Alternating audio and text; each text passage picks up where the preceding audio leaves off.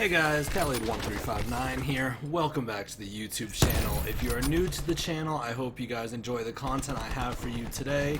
And if you would like to see similar content, the link to other Call of Duty videos that I've made in the past are down in the description below.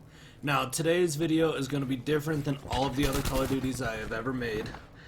Today's video is going to be looking at the new Operation Apocalypse Z that dropped on PS4 this past Tuesday and will be dropping on Xbox in a few days. We are going to be looking at the new multiplayer maps, the new multiplayer specialist, and all of the Blackout changes, like the big ones, the new maps, everything like that.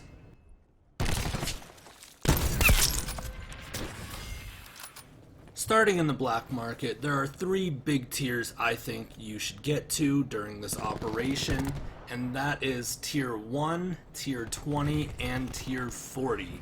Tier 1 unlocks the Reaper Specialist in multiplayer, Tier 20 unlocks the Koshka Mastercraft, and Tier 40 gives that Ultra Weapon Bribe, which we all know why that's important.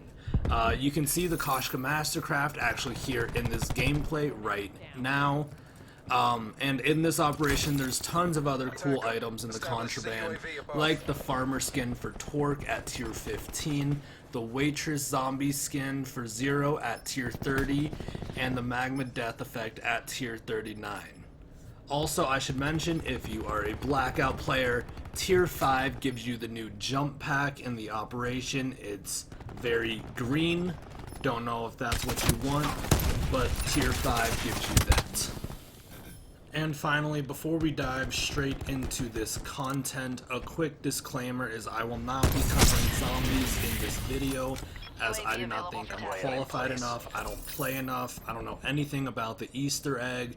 All I know is there's a new perk called Blood Wolf Bite, and the new map is Alpha Omega, which is Nuketown Zombies, and I did read on Charlie Intel's Twitter, it is 400% bigger than the original Nuketown Zombies map from Black Ops 2, and it's also a separate 4 GB download for this Zombies map, so be prepared for that. That's all I'm covering the zombies right there. Let's jump right into this content.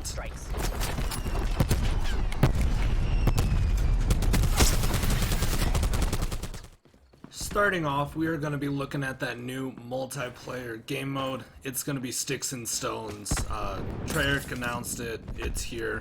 If you follow me on Instagram, link for that down below, you would have actually already seen this clip I have right here of Sticks and Stones, as I was teasing this video as I was doing some recording. For those who are unfamiliar though, Sticks and Stones is a free-for-all, no custom classes. Everybody's given a crossbow, ballistic knife, and combat axe. Melee kill is 25 points. A crossbow or non-melee kill with the ballistic knife is 100 points, and a combat axe kill is 10 points, but resets the dead player down to 0 points. Havana is a remastered map from Black Ops 1, and the main shape of the map is a Z with a ton of confusing side streets around the main Z shape. At first they are pretty confusing to navigate, but there's a certain flow to them that makes it pretty easy and quick to learn all the good flanking routes. I think it's also worth mentioning that there are 4 different balconies looking over the center map, so watch out from above when going down the center streets on this map. Der Schatten isn't a remake, but it is based off the Black Ops 3 Zombies map, Der Eisensrock. While not in the castle, it does take place down the mountain from the castle in the city streets. And one quick look around the map, you can see kind of all the similarities to Black Ops 3. And it is another Z-shaped map with a jumbled mess on the side streets.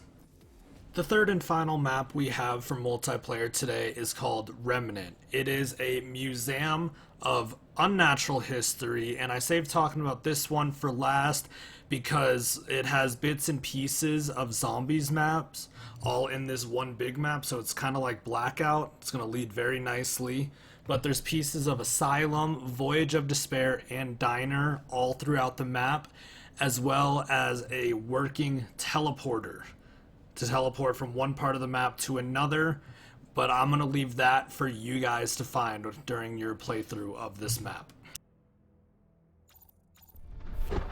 Now, the Alcatraz map update is very hectic. The two new areas, from what I can tell, are submarine at the top of the map and shipwreck down at the bottom. But I am not normally an Alcatraz Blackout player, so correct me down in the comments if I am wrong. On the drop, you can already hear all of the hellhounds spawning in, and they are much more of an annoyance than a problem to deal with, as long as you can find a gun, which I eventually find. They do the same damage as zombies, and the redeploy is still the same. The entire map is now nighttime, and there are a ton more zombies to deal with than normal because it is Horde now. There's also Brutus, which you can hear him spawning in right here. I didn't realize that in the game, but you can see him by the red box light shooting into the sky, and he is very hard to kill. So be ready to waste all of your ammo. I still have not killed him yet. You can knock off the helmet like in previous zombies, but just in general, he is a tank, and I think there's a better way to kill him than what I tried punching.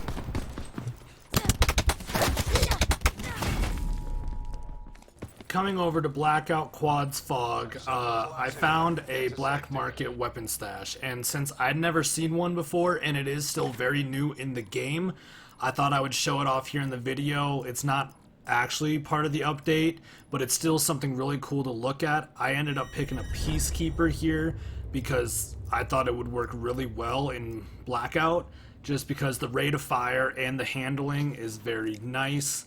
But yeah, just a quick little thing I came across while recording this. I thought you guys might want to see it. Across all Blackout modes now, the water is very red. During my stream on update day at twitch.tv/Calade1359, we did in fact come to the conclusion that the water is Kool-Aid. The zombies are trying to make some Kool-Aid.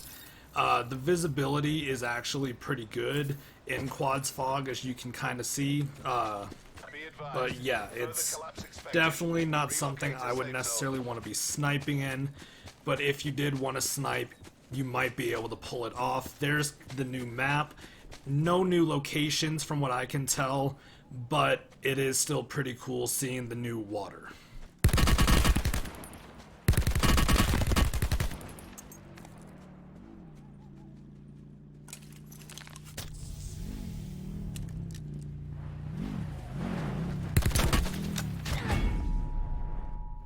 Switching out of Quads Fog, we are now on the normal map. It's just not as foggy. Everything else is the same as Quads Fog. It's much darker and it's easier to see. There's no really huge update to the map here, except for the fact that there are no windows. As you can see, I didn't break any glass when I got there. I ended up really destroying that guy in the gunfight, but there is no glass. It's the only real update here in the Blackout map is the darkness, but it is still very visible. And here, kind of closer to the end of the game, it is getting brighter out, almost like it's turning to daytime. And I thought that was a really cool feature to see added into the game. But there's nothing really new. There could be more, you know. And there you have it, all of the big important details for this update, Operation Apocalypse Z. If you did enjoy the content, don't forget to leave a like and subscribe for more.